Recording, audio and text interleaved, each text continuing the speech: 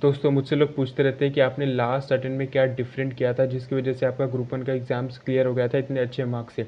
तो मैं इस वीडियो में 5 पॉइंट्स बताने की कोशिश करूँगा जो मैंने अपने लास्ट मंथ में किया था जिसकी वजह से मेरा एग्ज़ाम क्लियर हो गया था। और those are from my own personal experience, ठीक है? तो आप वीडियो एंड तक देखना और ये चीज़ both the students C inter and C foundation दोनों के लिए एप्लीकेबल है। वीडियो बहुत ही शॉर्ट रहेगी, 3-4 मिनट की वीडियो रहेगी, सो प्लीज़ मेक श्योर करिए कि आप एंड तक देखें। Point number 1, mock test paper आप ज़रूर लिखना।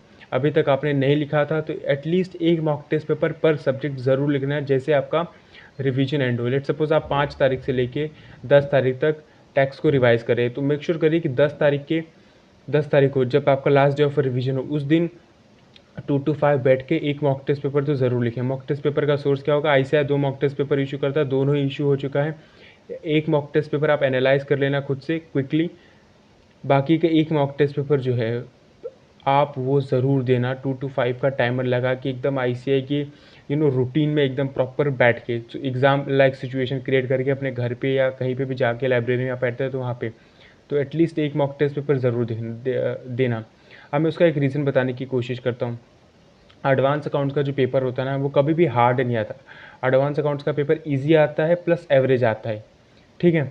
बट अगर आप देखें ना, अगर आप इजी पेपर को लेंदी इजी अगर पेपर आप इजी बना दे प्लस लेंदी बना दे तो वो ऑटोमेटिकली हार्ड हो जाता है। अगर आप पेपर एवरेज रहे आप उसको लेंदी बना दे तब तो हार्ड होगा ही। तो बच्चों की दिक्कत क्या रहती है ना, वो पूरा पेपर अटेंड ही नहीं कर पाते। 80 to 85 मार्क्स अटेंड करते, 20 मार्क्स का पहले से ही गलत रहता है, लास्ट में बच जाते 60 मार्क्स। अब 60 मार्क्स में से 40 मार्क्स स्कोर करना कितना डिफिकल्ट है ना? तो इसलिए मॉक टेस्ट पेपर लिखिए। इससे आपको टाइम मैनेज करना भी समझ में आ जाएगा कि आपको एक्चुअली में टाइम कैसे अलॉट करना है एमसीक्यूज़ को, डिस्क्रिप्टिव क्वेश्चंस को और प्रैक्टिकल क्वेश्चंस को।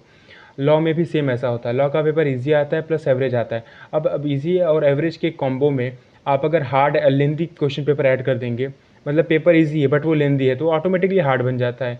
अगर आपने मॉक टेस्ट पेपर नहीं दिया हो, अगर आपने टाइम मैनेजमेंट आपको पता ना हो पेपर को कैसे मैनेज करना है, ठीक है? सो प्लीज़ मेक श्योर करिए कि आप एक मॉक टेस्ट पेपर ज़रूर लिखें। Point number 2, routine. दोस्तों अगर आप अभी तक नाइट रूटीन फॉलो कर रहे थे तो प्लीज़ डे रूटीन में शिफ्ट होने की कोशिश करिए, क्योंकि शिफ्ट होना आसान नहीं होता है। टाइम लगता है, 1 हफ्ते का टाइम लगता है प्रॉपर आपने अपनी रूटीन को एंटायरली चेंज करने के लिए। तो अभी तक आप नाइट में पढ़ रहे थे तो it's okay, it's fine, but आप प्लीज़ डे रूटीन को फॉलो करिए। आपका एग्ज़ाम्स जो होता है वो दोपहर को 2 to 5 होता है, रात के 2 to 5 नहीं होता है। दोपहर के 2 to 5 has to be your most active period, जहाँ पे आपका माइंड सबसे ज़्यादा एक्टिव रहे। तो अभी से आप शिफ्ट हो जाइए और दोपहर को कभी आप अभी से सोने की कोशिश मत करिए, ठीक है? लाइट खाना खाने की कोशिश करिए, सिर्फ रोटी खा लेंगे चलेगा, बट दोपहर को सोना नहीं है। दोपहर को प्रैक्टिकल और थ्योरी सब्जेक्ट्स करते रहिए डेली बेसिस पे। और ना ट्राई करिए कि 2 to 5 का ना एक स्लॉट फिक्स कर लीजिए कि 2 to 5 I have to sit on my study table, और उठना ही नहीं है। 3 घंटे का स्लॉट रख लीजिए कोई भी सब्जेक्ट के लिए, आइदर इट कॉस्टिंग और ऑडिट और एफएम, कोई भी सब्जेक्ट के लिए 2 to 5 का स्लॉट फिक्स कर लीजिए कि मैं 3 घंटे तो फुल फोकस्ड के साथ अब से रोज़ पढ़ूंगी या पढ़ूंगा, ठीक है? तो पॉइंट नंबर 2 ये हो गया अपना। Point number 3, take a proper break.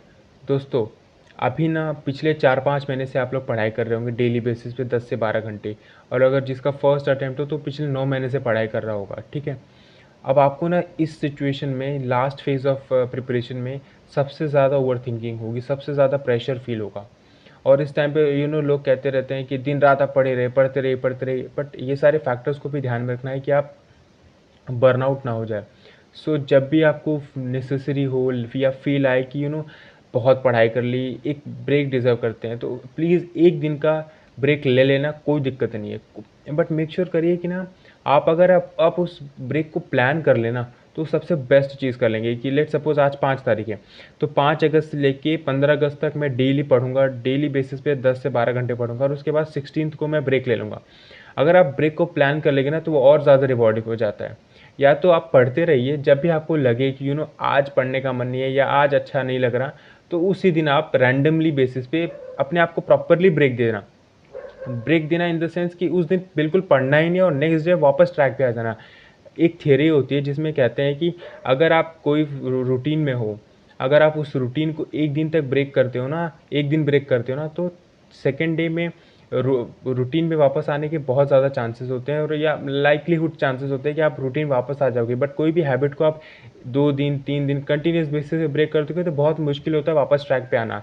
जैसे आप लोग खुद जानते होंगे कि एक बार अगर स्टडी ब्रेक आपने ले लिया 10 दिन 12 दिन का या 5 दिन 6 दिन का, तो वापस रूटीन में आने को बहुत टाइम लग जाता है। इसलिए मैं कह रहा हूँ 1 दिन का ब्रेक आप खुद से प्लान कर लेना या रैंडमली लेना, तो मेक श्योर करिए कि वो सिर्फ 1 दिन ही हो। नेक्स्ट डे आप पढ़ाई करने बैठ जाएं। So take a proper break.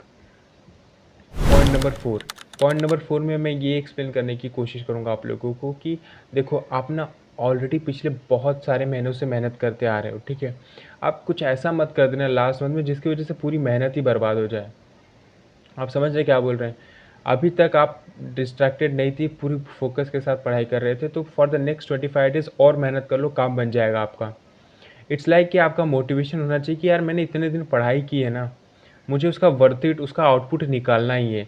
तो एक नितिन गुरु सर है ना, उन्होंने वो एक बात कहते हैं, एक प्रोफेसर है कॉस्टिंग और एफएम के, वो एक बात कहते हैं कि एक इंसान अगर चाहे ना तो वो 1 महीने में भी 2 महीने की आउटपुट निकाल सकता है, अगर वो चाहे तो। वो कैसे निकालेगा? वो अगर अपनी लिमिटेशंस को जाने तो वो उनसे बाहर भी आ सकता है। जैसे कि अगर आपको पता है कि आप डेली बेसिस पे 8 घंटे से ज़्यादा पढ़ ही नहीं सकते, या अगर आपकी लिमिटेशन है, तो अगर आप इस चीज़ को एक्नॉलेज करते हैं, एक्सेप्ट करते हैं और अपने आप को बोलते हैं कि नहीं, I will push my self harder, तो आप 8 से 8:15 पहुँचेंगे, 8 घंटे 15 मिनट, 8 घंटे 30 मिनट, धीरे-धीरे आप लेंगे, टाइम को पुश करने की कोशिश करेंगे ना, इवेंचुअली आप देखेंगे after certain point of time आप 10 घंटे तक पहुँच जाएंगे, फिर 12 घंटे, फिर 14 घंटे। सो प्लीज़, आपने पिछले 4 महीने 4 to 5 मंथ्स बहुत मेहनत की है, तो इसको वेस्ट मत होने देना, और इतनी मेहनत कर लो ना नेक्स्ट 25 डेज़ की, इतना कॉन्फिडेंस आ जाए कि एटलीस्ट मेरा तो क्लियर हो रहा है, चाहे कुछ भी हो जाए। So please don't waste your मेहनत जो आपने अभी तक की है।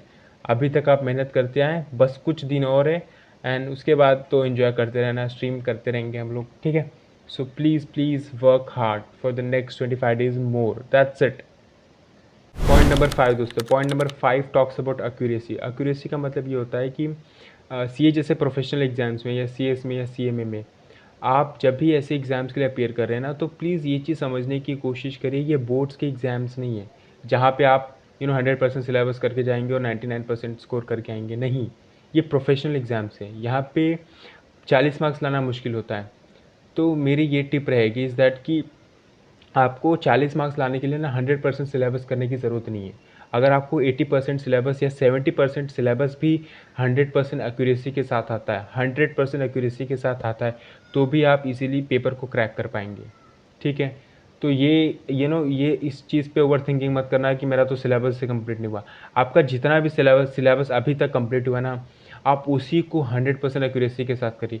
अगर लेट सपोज अपने पास ऑडिट में 11 चैप्टर्स है, 11 चैप्टर्स है ना, अगर ऑडिट में आपको 11 में से ना 9 चैप्टर्स 8 चैप्टर्स 100% एक्यूरेसी के साथ आता है ना, आप एग्ज़ाम को क्रैक कर जाओगे। मैं लिख के दे सकता हूँ, आप एग्ज़ाम क्रैक कर जाओगे। So please focus on accuracy, not on covering whole syllabus. Thank you so much.